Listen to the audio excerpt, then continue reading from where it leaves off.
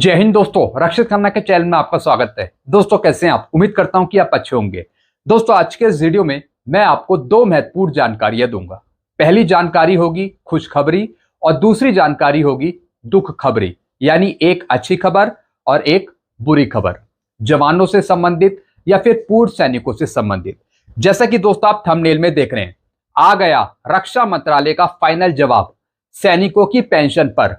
Pension ठीक है, विसंगति नहीं, पेंशन नियम में बदलाव। जी हां दोस्तों, रक्षा मंत्रालय ने DESW डिपार्टमेंट ने जवाब दिया है पूर्व सैनिकों की पेंशन के बारे में। जवानों की पेंशन के बारे में क्या जवाब दिया है आगे समझेंगे। फिर एक और मैं आपको जानकारी दूंगा, एक खुशखबरी, हवलदार को नायब सूबेदार की पेंशन मिलेगी। सैनिकों को कम सर्विस पर पेंशन, AFT दिल्ली का शानदार फैसला। जी हां दोस्तों, फिर दोस्तों एक मैं आपको जजमेंट समझाऊंगा AFT दिल्ली का, जिसमें कम सर्विस पर भी आपको पेंशन मिलेगी अगर आपकी सर्विस 10 महीने से कम है। पूरी जानकारी आगे समझाऊंगा जजमेंट दिखाकर। तो दोस्तों बस यही दो जानकारी है जो मैं आपको देने वाला हूं, इसलिए इस वीडियो को आप शुरू से लेकर आखिरी तक देखेगा। वीडियो में आगे बढ़ने से पहले एक छोटी सी अपील मैं आपसे करूंगा, और अपील है चैनल सब्सक्राइब की, जैसा कि मैं हर एक वीडियो में करता हूं। देखने में आया है कि सिर्फ 34% ऐसे पेंशनर्स हैं जो वीडियो तो देख रहे हैं लेकिन अभी तक उन्होंने चैनल को सब्सक्राइब नहीं किया, जिससे उनको जानकारियां, वीडियो सही समय पर नहीं मिल पा रहे। तो दोस्तों अगर आप मेरे कंटिन्यू वीडियो देखते हैं, अगर आपने चैनल को सब्सक्राइब नहीं किया तो सबसे पहले आप चैनल को सब्सक्राइब कर लीजिए, ताकि मेरी जानकारियां, इंफॉर्मेशन, वीडियो के नोटिफिकेशन आपको तुरंत मिल पाए। चैनल का नाम है रक्षित खन्ना। चैनल सब्सक्राइब करने के एक भी पैसा आपको कहीं नहीं देना, फ्री में आप चैनल सब्सक्राइब कर सकते हैं। चलते हैं दोस्तों, जानकारियों में आगे बढ़ते हैं। सबसे पहली जानकारी दोस्तों मैं आपको दूंगा जजमेंट के बारे में। एक जजमेंट मैं आपको समझाऊंगा। दोस्तों जजमेंट है दिल्ली AFT का, यह पूरा जजमेंट है। और दोस्तों यह जजमेंट आया है 16 जुलाई 2025 को। क्या है पूरा जजमेंट, हिंदी में मैं आपको समझाऊंगा। दोस्तों जजमेंट है AFT दिल्ली का शानदार फैसला आया 16 जुलाई 2025 का। नेवी के चीफ पेटी ऑफिसर यानी नायब सूबेदार को मिली पेंशन। टोटल सर्विस है 15 साल 4 दिन। जी हां दोस्तों, पहले इनको पेंशन मिल रही थी एक पेटी ऑफिसर की, इनको हवलदार की पेंशन दी जा रही थी। नेवी का यह केस है, लेकिन दोस्तों AFT दिल्ली ने फैसला सुनाया कि इनको पेटी ऑफिसर की नहीं, इनको चीफ पेटी ऑफिसर की पेंशन दी जाएगी, यानी हवलदार की नहीं, इनको नायब सूबेदार की पेंशन मिलेगी। फिर क्या लिखा है, CPO यानी नायब सूबेदार की इसलिए नहीं मिली पेंशन क्योंकि CPO में रैंक में 10 महीने से कम की सर्विस थी। जी हां दोस्तों, मिनिस्ट्री ऑफ डिफेंस का या फिर आर्मी हेडक्वार्टर का एक रूल है कि अगर आपकी रैंक में 10 महीने की सर्विस नहीं है तो आपको उस रैंक की पेंशन नहीं दी जाएगी। ऐसे बहुत से पेंशनर के साथ हो रहा है। जैसे कि मान लेते हैं कि आप हवलदार में प्रमोट हुए, लेकिन अगर हवलदार में आपके 10 महीने पूरे नहीं है तो आपको हवलदार की पेंशन नहीं मिलेगी। या अगर आप नायब सूबेदार में प्रमोट हुए, अगर नायब सूबेदार में आपकी 10 महीने की सर्विस नहीं है तो आपको फिर नायब सूबेदार की पेंशन नहीं मिलेगी। ऐसे दोस्तों इनका केस था। इनको हवलदार से नायब सूबेदार में प्रमोट तो कर दिया, लेकिन नायब सूबेदार में इनके 10 महीने पूरे नहीं थे, सिर्फ 9 महीने ही पूरे हो रहे थे। जिसके बाद दोस्तों इनको पेंशन डिस्बर्सिंग एजेंसी ने नायब सूबेदार की पेंशन नहीं दी, जिसके लिए दोस्तों इन्होंने कोर्ट केस किया। जी हां दोस्तों यह है पूरा कोर्ट केस, जैसा मैं आपको दिखा रहा हूं। और दोस्तों फाइनल जजमेंट भी आ चुका है 16 जुलाई को। दोस्तों ये पेंशनर रिटायर हुए थे, ये रिटायर हो गए थे 31 दिसंबर 1993 में। इनरोल हुए ये 27 दिसंबर 1978 में। टोटल इनकी सर्विस है 15 साल 4 दिन। 15 साल 4 दिन की सर्विस है। The applicant was promoted to the rank of CPO on 1 April 1993। यानी दोस्तों पेटी ऑफिसर से इनको प्रमोट करा गया चीफ पेटी ऑफिसर में, यानी हवलदार से प्रमोट हुए ये नायब सूबेदार में 1 अप्रैल 1993 में। यानी दोस्तों CPO में, नायब सूबेदार में, उस रैंक में ये रहे सिर्फ 9 महीने रहे, लेकिन इनको पेंशन नहीं दी गई। पेंशन इनको नहीं दी गई। क्यों? क्योंकि पेंशन डिस्बर्सिंग एजेंसी ने बताया कि आपके 10 महीने पूरे नहीं है नायब सूबेदार में, सीपीओ रैंक में, इस वजह से आपको नायब सूबेदार की पेंशन नहीं मिल सकती। लेकिन दोस्तों एएफटी दिल्ली ने शानदार फैसला सुनाते हुए कहा कि इनको नायब सूबेदार की पेंशन मिलेगी, यानी जो रूल है 10 महीने का सर्विस का वो खत्म कर दिया जा चुका है, वो खत्म हो चुका है, उसे नल एंड वाइड कर दिया गया है, वेव्ड ऑफ कर दिया गया है। जी हां दोस्तों, यही फैसला सुनाया है।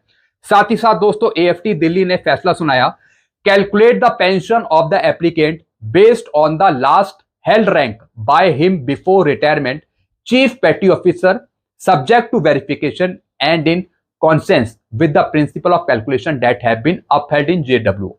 साथ ही साथ फैसला सुना दिया कि सीपीओ के आधार पर नायब सूबेदार की पेंशन इनको दी जाए। जी हां दोस्तों, और साथ ही साथ दोस्तों कहा है the applicant will be accordingly issue A fresh corrigendum PPO, इनका कोरिजेंडम पीपीओ इशू करा जाए। अगर पेमेंट नहीं होता 4 महीने के अंदर तो फिर 6% ब्याज के साथ पेमेंट करा जाए। तो दोस्तों बहुत ही अहम फैसला है, ऐसे कई पूर्व सैनिकों को, जवानों को फायदा मिल जाएगा जिनकी लास्ट रैंक में 10 महीने की सर्विस पूरी नहीं है। जी हां दोस्तों, जिनकी कम सर्विस हो रही है जैसे कि 8 महीने, 9 महीने, 7 महीने, उनको फायदा मिल जाएगा। यानी जो आपकी लास्ट रैंक है, जिस लास्ट रैंक से आप रिटायर हुए हैं, अगर आपकी 10 महीने से कम की सर्विस है तब भी आपको लास्ट रैंक की पेंशन मिल जाएगी। यही फैसला सुनाया है दिल्ली एएफटी ने। तो दोस्तों यह बहुत ही बढ़िया खुशखबरी है। यानी दोस्तों कोर्ट ने कहा है कि 10 महीने रैंक होल्ड करने का नियम माफ कर दिया है। जी हां दोस्तों, यह माफ हो चुका है नियम, यानी जरूरी नहीं है कि आपके 10 महीने ही पूरे हो पेंशन लेने के लिए। अगर उससे कम सर्विस है आपकी, 10 महीने से कम भी, तब भी आपको पेंशन मिल जाएगी। अब अगर 1 दिन या फिर 1 दिन से ज्यादा की सर्विस है तब भी आपको लास्ट रैंक की पेंशन मिल जाएगी। जो आपका लास्ट रैंक है बस वो आपने होल्ड किया होना चाहिए। जी हां दोस्तों, अगर आपने लास्ट रैंक होल्ड किया है, जैसे कि आपको प्रमोट किया गया हवलदार में, तो अगर आपने हवलदार में 9 महीने करे, 8 महीने करे, यानी 1 दिन भी आपने हवलदार में रहे हैं, तो आपको हवलदार की पेंशन मिल जाएगी एज पर एएफटी जजमेंट। यही दोस्तों इनके साथ हुआ। 10 महीने इनके पूरे नहीं थे, 9 महीने थे, लेकिन प्रमोट हो गए थे ये सीपीओ में, चीफ पेटी ऑफिसर में, नायब सूबेदार में। तो दोस्तों 9 महीने इन्होंने सीपीओ रैंक को होल्ड किया, नायब सूबेदार रैंक को। इस वजह से कोर्ट ने कहा कि इनको नायब सूबेदार की पेंशन मिलेगी। तो दोस्तों इनको अब नायब सूबेदार की पेंशन मिलेगी। दोस्तों बहुत ही अच्छा जजमेंट है, ये जजमेंट आप मेरे से ले भी सकते हैं। अगर आपके साथ भी ऐसा हो रहा है, आपको पेंशन नहीं दी जा रही, अगर आपके महीने कुछ कम हो रहे हैं, तो दोस्तों फिर आप कोर्ट जा सकते हैं। कोर्ट से सही फैसला आएगा और आपके हक में फैसला होगा, ये गारंटी है। मैंने आपको जजमेंट दिखा दिया। चलते हैं दोस्तों अगली जानकारी की तरफ। रक्षा मंत्रालय का लेटर जारी 28 जुलाई 2025 का। जी हां दोस्तों, रक्षा मंत्रालय ने डीईएसडब्ल्यू डिपार्टमेंट ने एक लेटर जारी करा है। जी हां दोस्तों, और ये लेटर है 28 जुलाई 2025 का। इसी के साथ लिस्ट भी अटैच है पेंशनर्स की। क्या है दोस्तों इसका subject? Non grant of x पे 6200 फॉर द पेंशनरी बेनिफिट। जी हां दोस्तों, यानी जिन पेंशनर्स को एक्स ग्रुप पे 6200 नहीं मिल रहे, उसके संबंध में जवाब दिया है मिनिस्ट्री ऑफ डिफेंस ने, डीईएसडब्ल्यू डिपार्टमेंट ने। तो दोस्तों इस लेटर को मैंने हिंदी में ट्रांसलेट किया है ताकि आप सही से समझ पाए। क्या जवाब दिया है दोस्तों मिनिस्ट्री ऑफ डिफेंस ने? क्या मिनिस्ट्री ऑफ डिफेंस पूर्व सैनिकों की मांगों को मानेगी? क्या आपकी विसंगतियां दूर होंगी ओआरओपी की? इसी के बारे में जवाब दिया है मिनिस्ट्री ऑफ डिफेंस ने। हालांकि दोस्तों ये जवाब एक्स ग्रुप से संबंधित है, लेकिन जो वाई ग्रुप के पेंशनर्स हैं वो भी इस जवाब को समझिए, वो भी ये वीडियो देखिए। अब दोस्तों मैं आपको पूरा जवाब समझाता हूं। रक्षा मंत्रालय का लेटर जारी 28 जुलाई 2025 का। 2016 से पहले आए पेंशनर्स को एक्स ग्रुप पे 6200 ना दिए जाने के संबंध में यह जवाब दिया है। जी दोस्तों, बहुत से presentation, representation ministry of defence के पास जा रहे थे पेंशनर के, जो एक्स ग्रुप के पेंशनर्स हैं, कि उनको 6200 रुपए नहीं मिल रहे पेंशन पे, उनको नुकसान हो रहा है। साथ ही साथ भारत सरकार ने जो ओआरओपी 2 पेंशन टेबल निकाली, उसमें भी विसंगति डाल दी एक्स ग्रुप की। 1-1-16 से एक्स ग्रुप के पेंशनर्स को दो भागों में डिवाइड कर दिया, प्री 2016 और पोस्ट 2016। तो एक्स ग्रुप के जो पेंशनर्स थे उनको काफी नुकसान हो रहा था पेंशन में, और अभी भी यह नुकसान हो रहा है। तो इसी विसंगति को ठीक करने के लिए भारत सरकार के पास कई प्रेजेंटेशन गए, लेकिन दोस्तों जो ये जवाब दिया गया है मिनिस्ट्री ऑफ डिफेंस का, ये पूर्व सैनिकों के पक्ष में नहीं है, जवानों के पक्ष में नहीं है। अब दोस्तों लिखा के आगे मैं समझाता हूं। 6 सीपीसी की सिफारिशों के अनुसार ग्रुप एक्स और वाई को 1-1-2006 से एक समान वेतनमान दिया गया है। जी हां दोस्तों, मिनिस्ट्री ऑफ डिफेंस ने बताया कि 6 सीपीसी के अनुसार जो एक्स ग्रुप है, वाई ग्रुप है, उनको समान पेंशन दी गई है, समान वेतन दिया गया है, लेकिन पे बैंड 1 और पे बैंड 2 में समान पदों पर हैं, उन्हें समान ग्रेड वेतन मिलता है, इसलिए एक्स ग्रुप को एक्स का वेतन दिया गया है। जी हां दोस्तों, मिनिस्ट्री ऑफ डिफेंस ने बताया कि जो एक्स ग्रुप के पेंशनर्स हैं उनको एक्स ग्रुप की पेंशन दी जा रही है, जो वाई ग्रुप के पेंशनर्स हैं उनको वाई ग्रुप की पेंशन दी जा रही है, क्योंकि 1-1-2006 से दो ग्रुप आपके बन गए, एक तो एक्स ग्रुप और वाई ग्रुप।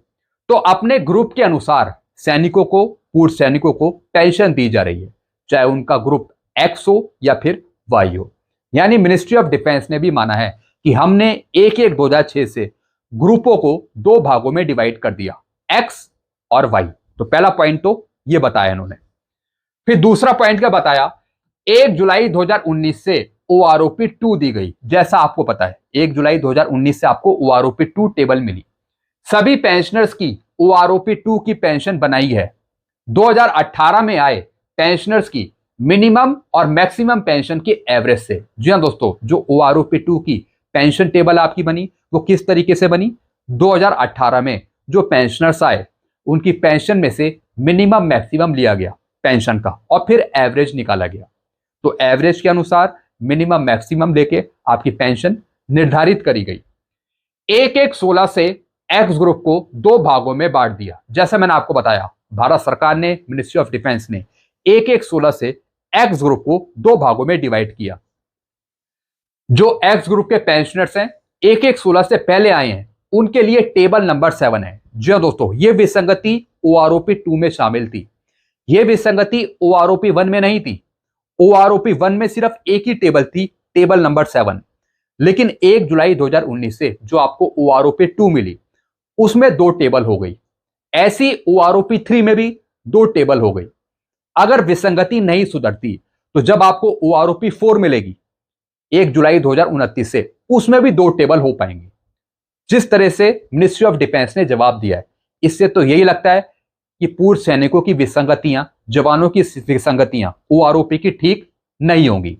अभी मैं आपको आगे समझाता हूं। मैंने आपको बताया जो एक्स ग्रुप के पेंशनर थे जो 1-1-16 से पहले आए हैं उनके लिए है टेबल नंबर 7, उनको टेबल नंबर 7 दी है। जो एक्स ग्रुप के पेंशनर्स हैं जो 1-1-16 के बाद आए हैं उनके लिए है टेबल नंबर 8, जिन्हें बढ़ी हुई दर से 6200 रुपए मिले हैं। जी हां दोस्तों, 1-1-16 के जो बाद आए हैं उनको 6200 रुपए दिए जाने चाहिए, तो उनके लिए टेबल नंबर 8 है, और 1-1-16 से जो पहले आए हैं उनके लिए है टेबल नंबर 7, यानी जो 3600 के दायरे में आ रहे हैं। हालांकि जो टेक्निकल हैं, AICTI डिप्लोमा होल्डर हैं, उनको भी 6200 रुपए मिलने चाहिए, लेकिन सरकार समझती है कि हम प्रॉब्लम क्रिएट कर रहे हैं। सरकार ऐसा समझती है जब भी वो नुकसान कर रही है एक्स ग्रुप के पेंशनर्स का। अब दोस्तों आगे देखिए, साथ ही साथ मिनिस्ट्री ऑफ डिफेंस ने सुप्रीम कोर्ट के ऑर्डर का भी जिक्र किया है। सुप्रीम कोर्ट के ऑर्डर का, सुप्रीम कोर्ट के आदेश दिनांक 16/3/2022 में कहा गया है कि यह कोई कानूनी आदेश नहीं है कि सेम रैंक पर पेंशनर्स को समान पेंशन दी जाए। जी हां दोस्तों, जैसा आपको बताया मेजर जनरल सतबीर सिंह जी ने, IESM की टीम ने पहले सुप्रीम कोर्ट में केस किया था OROP की विसंगति को ठीक करने के लिए, लेकिन सुप्रीम कोर्ट ने माना था कि OROP में कोई विसंगतियां नहीं है, यानी जो भारत सरकार ने OROP दी है वो बिल्कुल ठीक है। तो उसी के जवाब में मिनिस्ट्री ऑफ डिफेंस ने यह जवाब दिया है, जो सुप्रीम कोर्ट ने पहले कहा था उसी का रेफरेंस दिया है। क्या लिखा है दोस्तों, इन्होंने बताया कि यह कोई कानूनी आदेश नहीं है कि सेम रैंक पर पेंशनर्स को समान पेंशन दी जाए। जी हां दोस्तों, इन्होंने बताया कि ऐसा कोई कानून का आदेश पास नहीं है कि सभी को समान पेंशन मिलेगी, ऐसा कोई कानून का आदेश नहीं है। फिर क्या लिखा है, कई रैंक पर अलग अलग पेंशन लागू हो सकती है और दी जा सकती है। जी हाँ दोस्तों, इन्होंने बताया कि जैसा सुप्रीम कोर्ट ने कहा था कि ओआरओपी में कोई विसंगति नहीं है, तो विसंगति नहीं का मतलब है कि जवानों को, पूर्व सैनिकों को अलग अलग पेंशन दी जा सकती है। इसका मतलब है कि विसंगतियां शामिल हो सकती हैं, जैसा कि सुप्रीम कोर्ट ने अपना आदेश दिया था 16 मार्च का। तो दोस्तों इसका मतलब यही है कि सुप्रीम कोर्ट भी भारत सरकार का सपोर्ट कर रही है। सुप्रीम कोर्ट भी कह रही है कि ओआरओपी में कोई गलतियां नहीं है, जो भारत सरकार ने दी है ओआरओपी वो बिल्कुल ठीक है। सुप्रीम कोर्ट ने यह भी कहा कि पेंशन योजना या फिर पेंशन नियम में नई नियम शामिल किए जा सकते हैं। जी हाँ दोस्तों, सुप्रीम कोर्ट ने यह भी कहा था कि जो पेंशन के नियम है वो भी चेंज हो सकते हैं, उसमें भी बदलाव हो सकते हैं।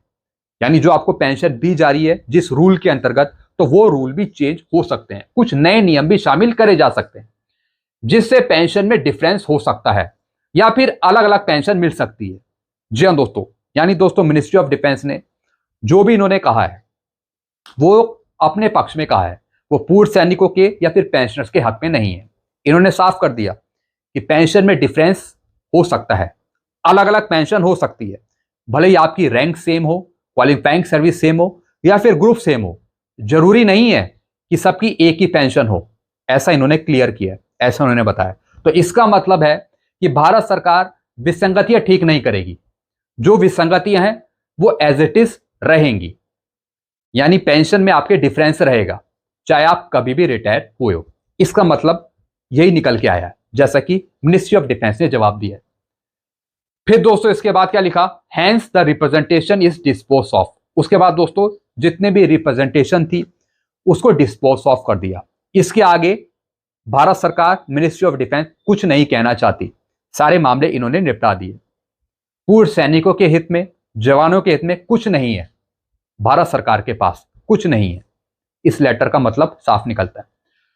फिर दोस्तों इसी में एक और पॉइंट लिखा है, रक्षा मंत्रालय के पत्र संख्या 11/2019 के अनुसार गलती से बनाई गई टेबल नंबर 7 के इंप्लीमेंट होने के कारण एस ग्रुप के पेंशनर्स को 6200 रुपए की दर से एक्सपे नहीं दिए जाने के विषय पर सेक्रेटरी डीएसडब्ल्यू के कार्यालय में लेटर प्राप्त हुए हैं। जी हाँ दोस्तों बहुत से रिप्रेजेंटेशन भेजे गए थे एक्स ग्रुप के पेंशनर्स के द्वारा।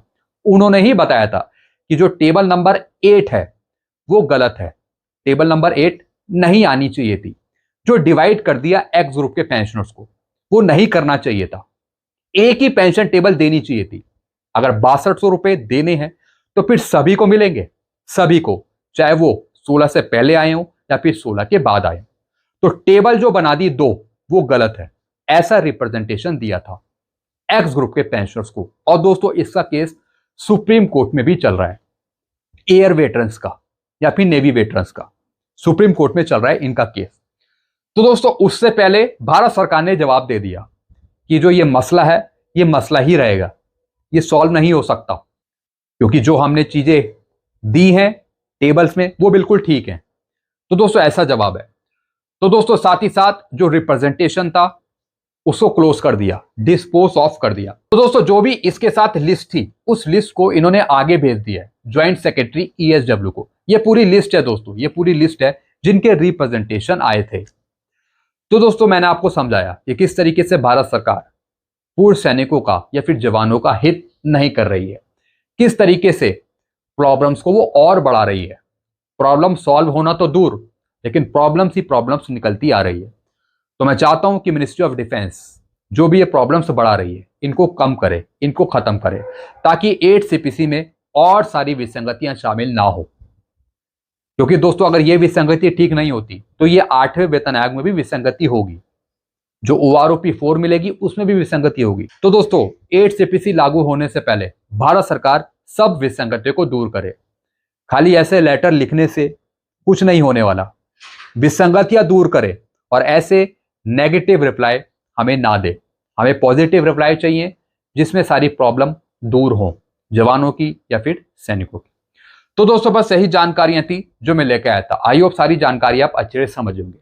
फिर भी कोई कंफ्यूजन है या फिर आपको कुछ पूछना तो आप नीचे कमेंट कर सकते हैं। ऐसी जानकारियां अक्सर आपको मिलती रहती है इस चैनल के माध्यम से। आपके और कोई सुझाव है, कुछ आप कमेंट करना चाहते हैं तो जरूर करिएगा। वीडियो को मैं खत्म करता हूं। चैनल को आप सब्सक्राइब कर सकते हो, वीडियो को शेयर करना मत भूलिए। Thank you so much.